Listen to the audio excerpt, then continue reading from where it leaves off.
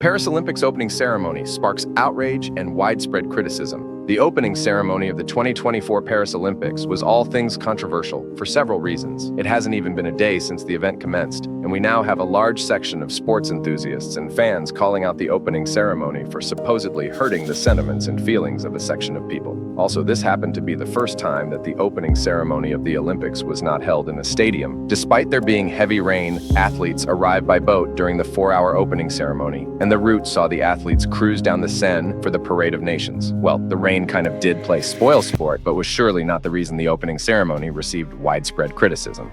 Then there was the blunder of introducing South Korea as North Korea. The announcers introduced South Korea as the Democratic People's Republic of Korea. I mean, could that be any more embarrassing? Yes, it could be. And if that was not enough, the opening ceremony went on to hurt sentiments of billions of people. Well, where do we start? The first reason that irritated fans and sparked widespread criticism from Christians in particular was because a group of drag queens performed an act that did not sit well with viewers, who found it disrespectful. The group recreated the historical Last Supper scene from the Bible, where Lord Jesus Christ shares his last meal with his followers before getting crucified. What might have been the problem is how neither the performers nor the organizers of the Olympic opening ceremony conveyed the context and intention behind performing the act. The Last Supper holds significant historical weight, and the performance by the drag queens appeared to have disrespected the Christians, who did not find the act to have been performed in good taste whatsoever. Most fans hurt by the performance took to social media and demanded an explanation. The French literally parodied the Last Supper at the opening ceremony, and fans took to social media to express anger and frustration over how only the Christians have to endure and suffer this level of constant ridicule and mockery as their enemies fear the gospel. The disciples of Christ's community called out the act with an "enough is enough" tweet, calling for action against the performance on Twitter, and did not hold back from condemning it. The fact that the opening ceremony involved trannies and drag queens to showcase an event as historic as the Last Supper also did not sit well with some of the world's top personalities and some of the most influential people. Chairman of X Elon Musk also took to Twitter to call out how the opening ceremony act performed by the drag queens was disrespectful towards Christians. In fact, not only Musk, but others like award-winning journalist and commentator Todd Starnes termed the performers as Olympic perverts for their display of the Last Supper.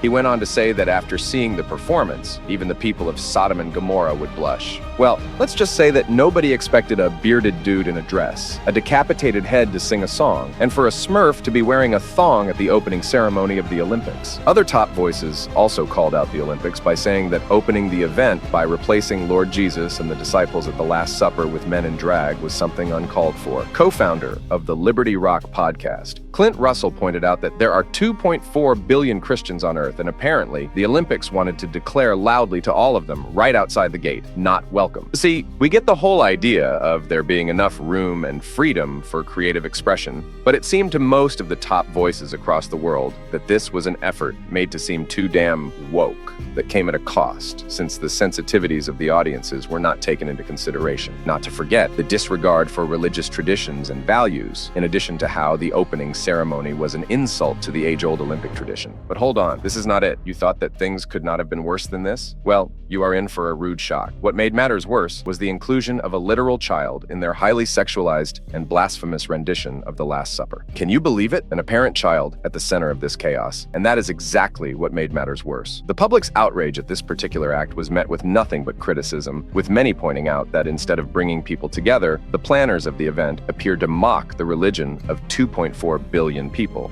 The 2024 Paris Olympics was accused of going full woke dystopian. The performers at the opening ceremony did not leave any opportunity of mocking not just the Last Supper, but also the golden calf idol, and even the pale horse from the book of Revelation. Through these tactics, it really seemed to appear as if the Christian viewers were not at all welcome to watch the event, or even be a part of it. One performer went to the extent of donning a large silver headdress, while another was painted blue and beautified with flowers, to appear like a dish being served at the meal. Well, that meal surely seems distasteful. Pun is totally intended. Such was the representation of the Last Supper that athletes and internet personalities alike all asked for the boycott of the Paris Olympics. Prominent U.S. figures and politicians like Tom Fitton, the president of U.S.-based NGO Judicial Watch, slammed the opening ceremony by tweeting that the transnational left have contempt for Western civilization. civilization, while LA-based comedian Vincent Oshana termed the opening ceremony as clearly overt pagan, satanic symbolism, and that the reenactment of the Last Supper mocked Jesus, and with drag queens, a gay Smurf, and a few children sprinkled in there for fun.